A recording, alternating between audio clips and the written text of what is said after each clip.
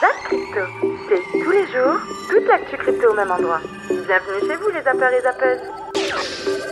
Bonjour la cryptosphère, on est lundi, il est 9h du matin. Non, je suis une mytho. Je suis vraiment une mytho, il est 10h30 en fait. Ça fait 1 heure. Non, je vais me taper. Hein. T'es vraiment une connasse. Ça fait 1 heure, j'essaye de tourner ce petit extrait là, ce petit extrait de merde où je répète tout le temps la même chose. Mais depuis que j'ai ma tête là en face de moi, c'est dur. Allez, on passe direct à notre Fear and Greed Index côté crypto qui se trouve à 72 dans le grid. Du côté des marchés US, ben pas de changement, on est dans le neutral, toujours à 45, voilà, comme ça, c'est plié. Les puristes, je vous invite à passer directement à l'extrait suivant parce que je vais présenter la chaîne et j'imagine que vous avez compris le concept, enfin j'espère. Pour les nouveaux, le Zap Crypto c'est quoi?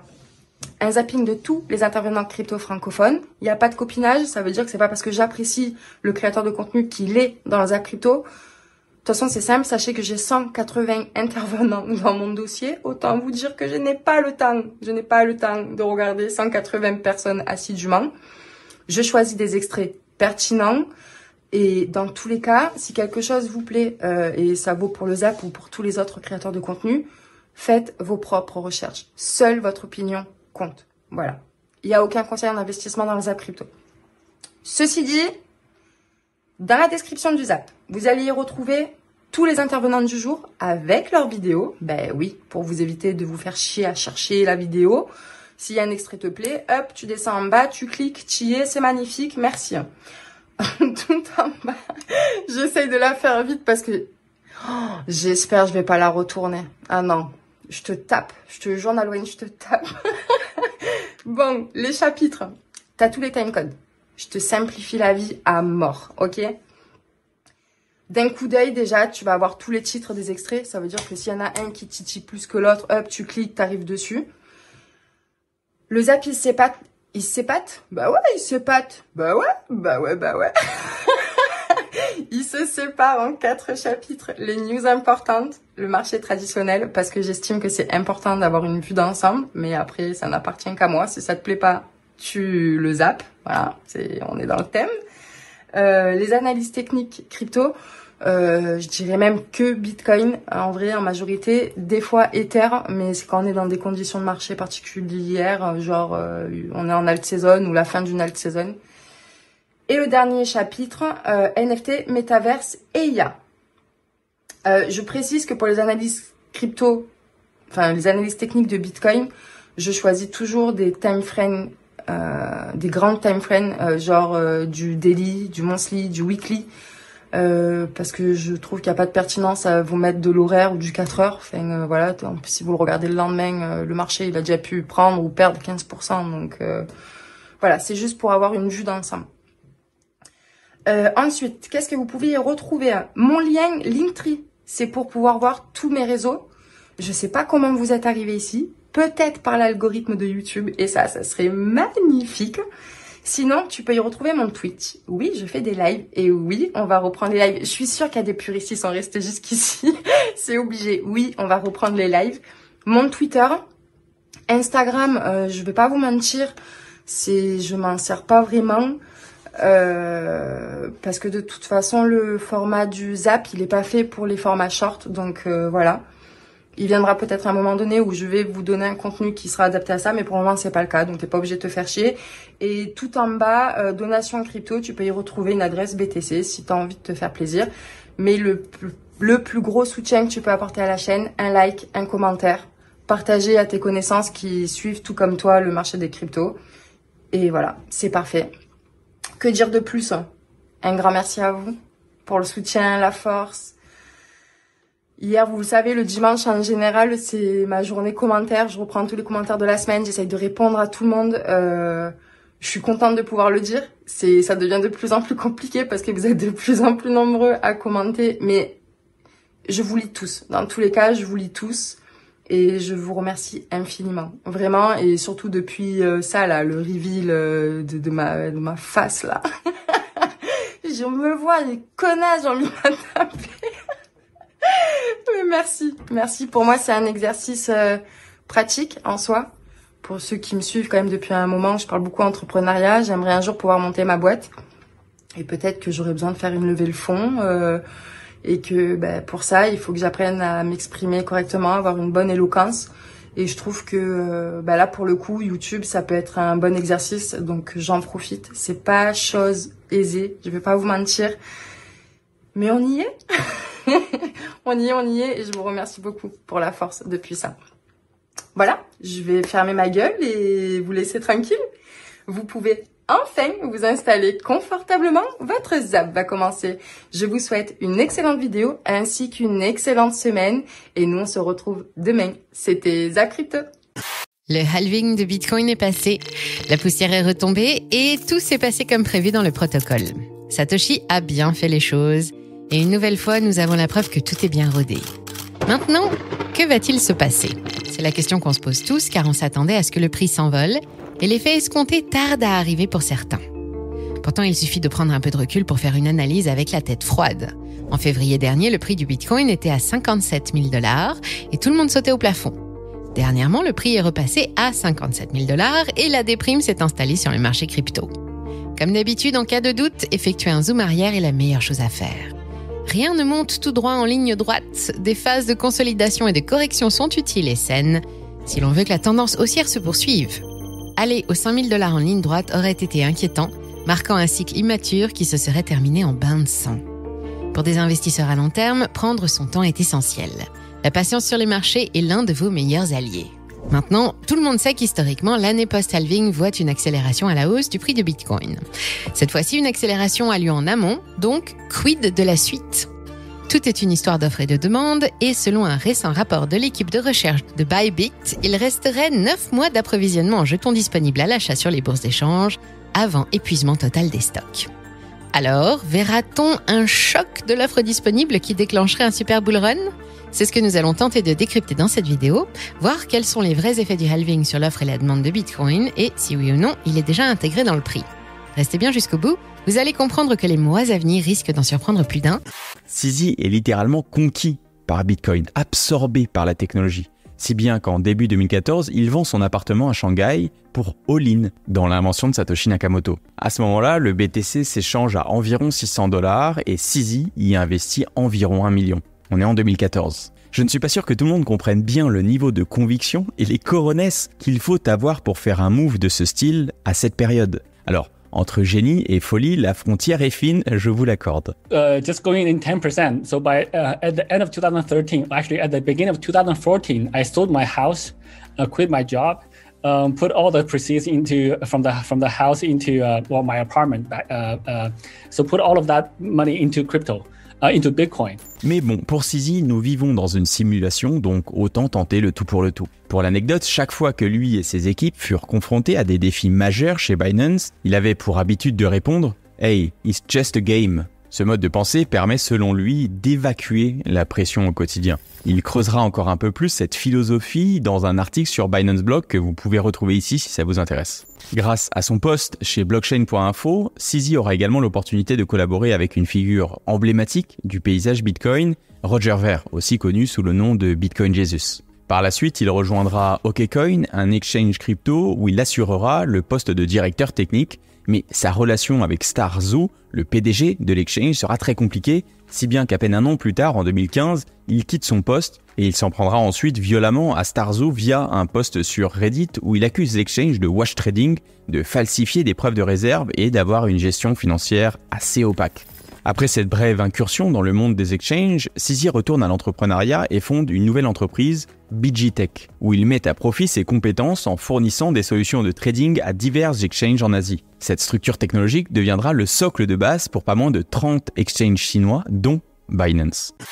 Ensuite, c'est intéressant, c'est le patron de Binance CEO qui, vous le savez, en ce moment fête leur 200 millionième utilisateur de la plateforme Binance dans le monde. C'est monstrueux, 200 millions. Et en gros, il nous explique que, vous savez, dans l'adoption d'une technologie comme l'Internet, c'est qu'au début, vous avez 2-3 huluberlus. C'était le cas pour le Bitcoin, hein. Ils étaient une dizaine, je pense, les premières semaines. Ensuite, des centaines, des milliers, des millions, des dizaines de millions, des centaines de millions. Mais l'adoption, pour moi, c'est qu'on dépasse et on se rapproche du milliard. On n'est pas loin, je crois qu'il y a 600 millions ou 700 millions d'utilisateurs du Bitcoin. Et je pense que de 2017 à 2020, on était dans une phase où tous les gens qui sont entrés, dont je fais partie, on peut dire qu'on était quand même des early adopters. Parce que, mine de rien, le Bitcoin, il avait été créé 6-7 ans avant.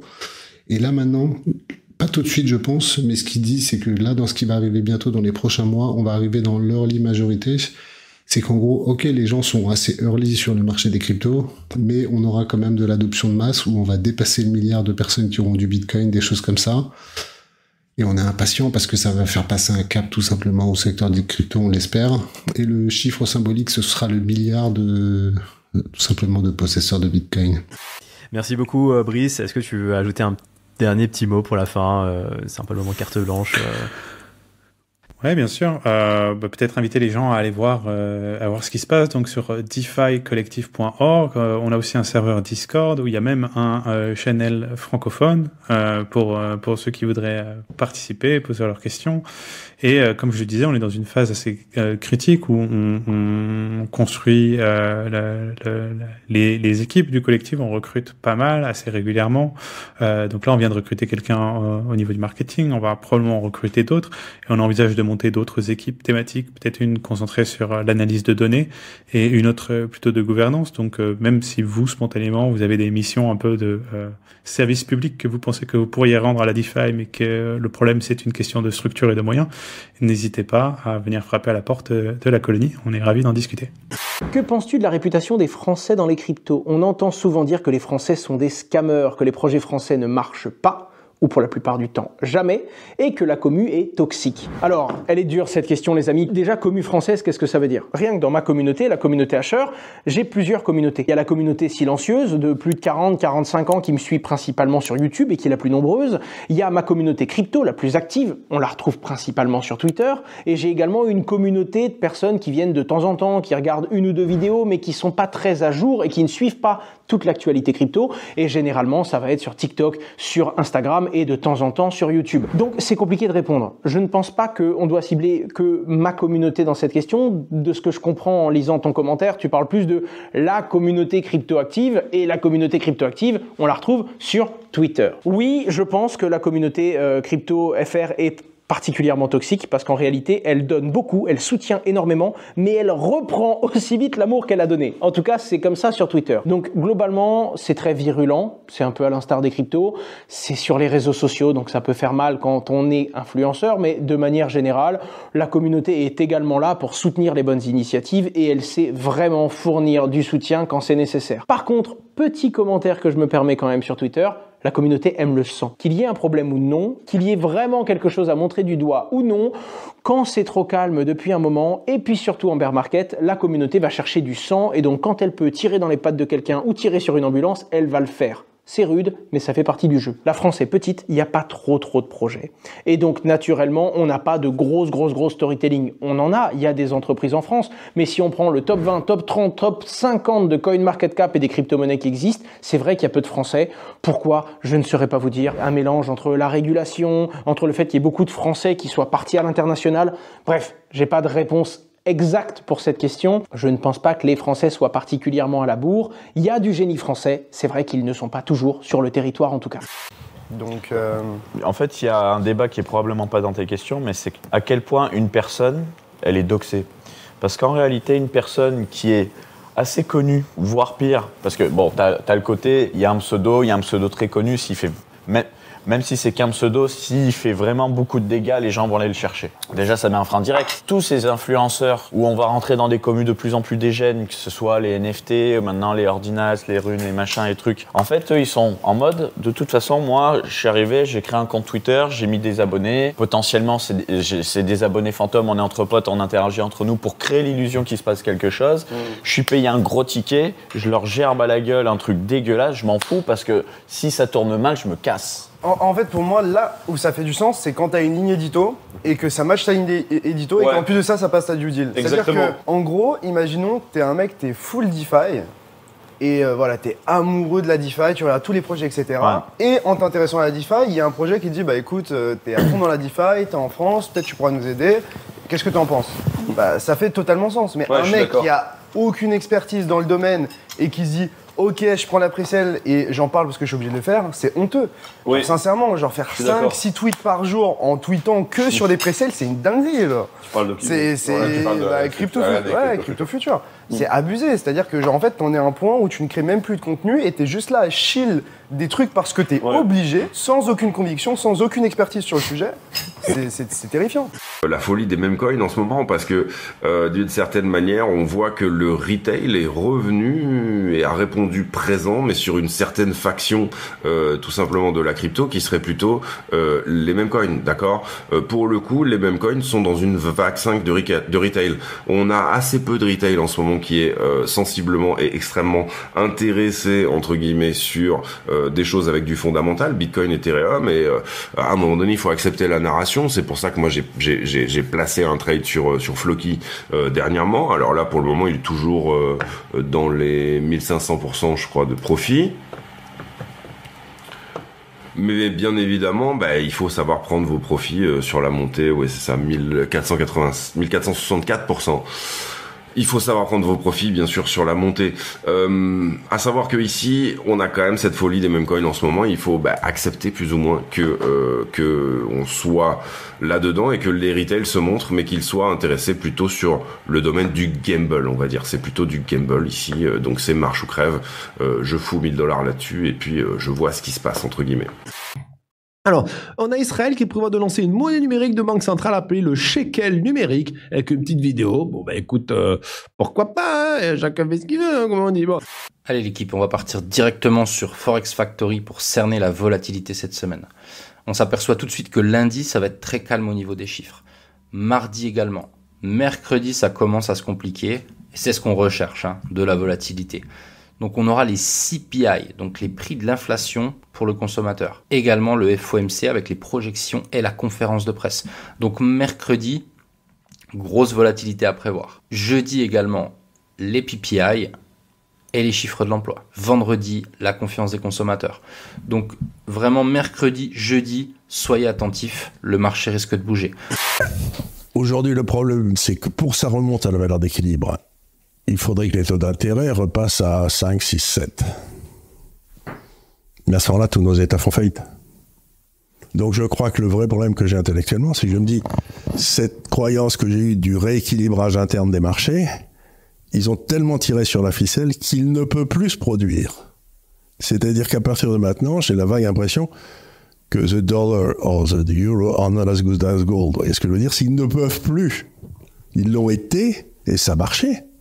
C'était tout l'équilibre dans les marchés financiers. Mais à partir du moment où vous avez une dette aux États-Unis qui a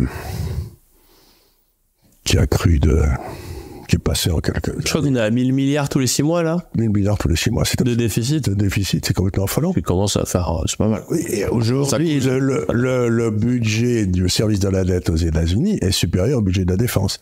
Et d'ici 2 ans, il sera supérieur au budget de la Sécu.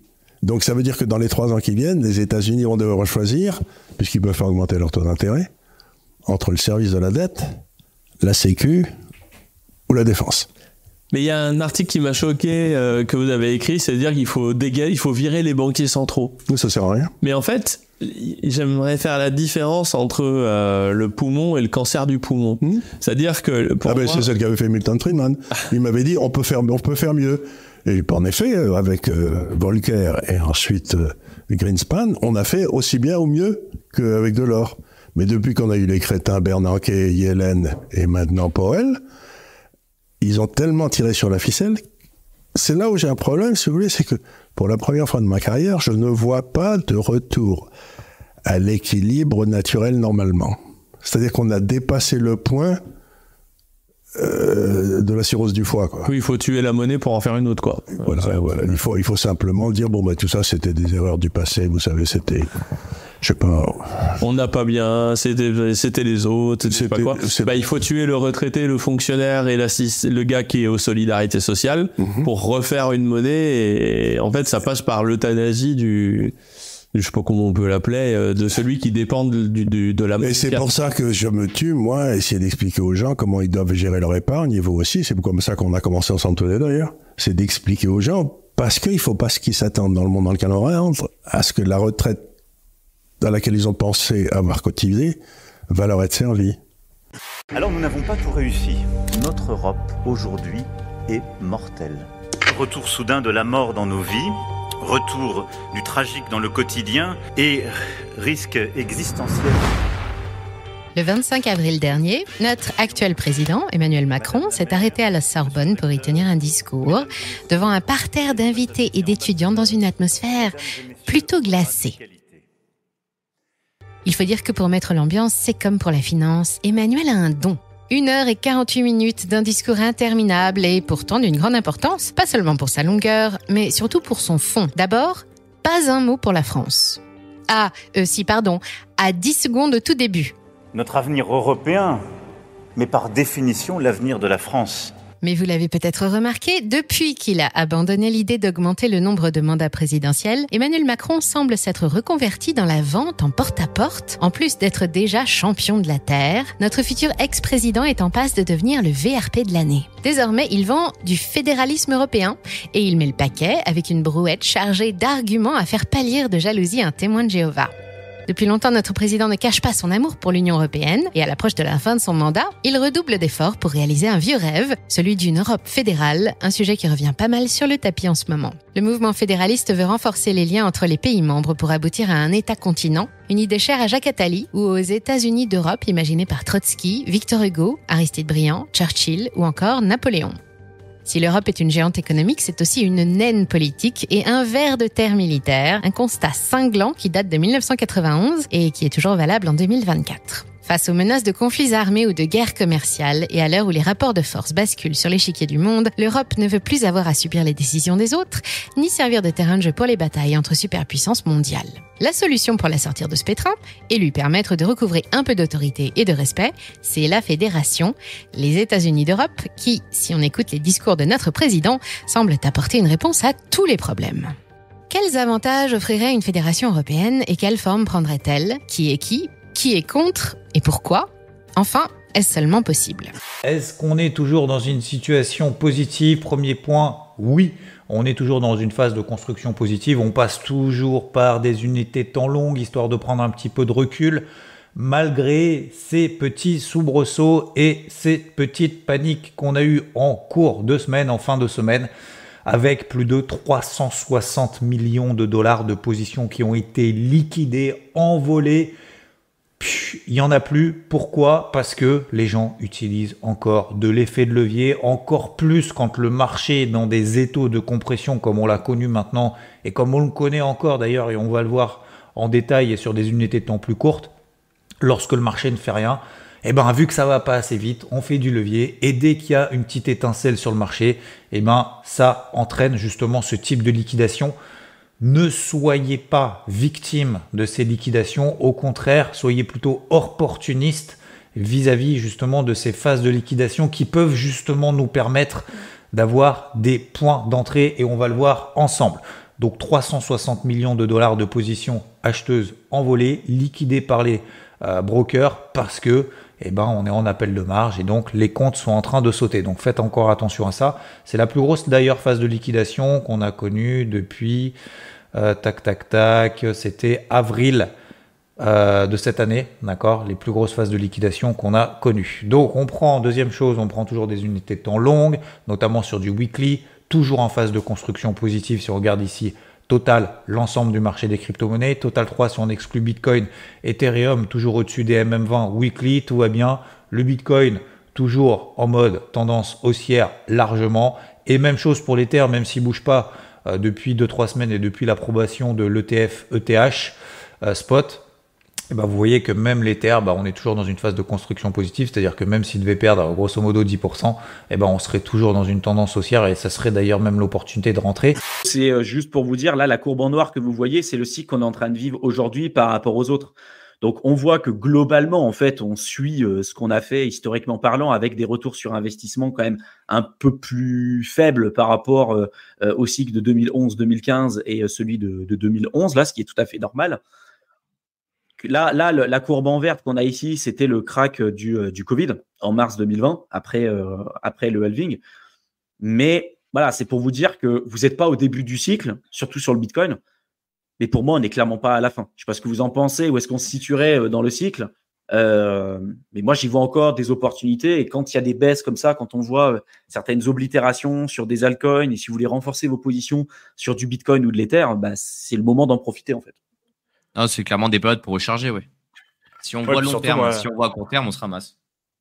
Et après, on peut quand même remarquer l'aplatissement des rendements quand même, parce que là, c'est la performance du prix du Bitcoin depuis le plus bas du cycle, hein, donc depuis le plus bas du bear market. Et tu te rends compte qu'au final, plus ça avance, moins ça pump rapidement, parce qu'on a en orange le cycle de 2011, donc le premier bull run. 2011 à 2015, c'est la couleur rouge. 2015 à 2018, c'est la bleue. Et 2018 à 2022, c'est la verte. Donc, on se rend compte qu'au final, plus ça avance, plus ça a tendance quand même à se tasser les pourcentages d'augmentation par rapport au plus bas. C'est pour ça que quand on entend certains prédictions de prix, notamment par rapport au Bitcoin sur ce cycle-là, il faut rester prudent.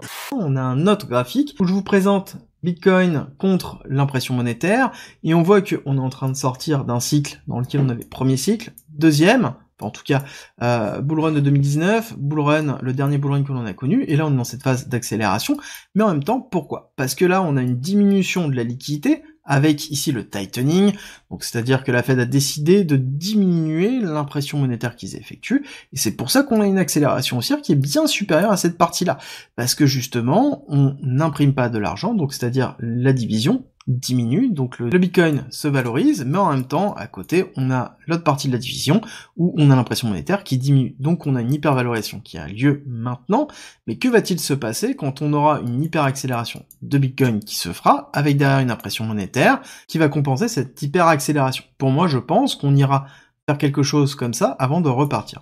Juste nettoyer un petit peu le graphique avant de vous montrer ce que je pense, mais on va aller se diriger dans quelque chose qui va ressembler à une phase d'accélération de ce style-là, avant potentiellement d'avoir la phase de bear, où on descendra beaucoup plus drastiquement et on ira chercher peut-être des niveaux plus bas que ça.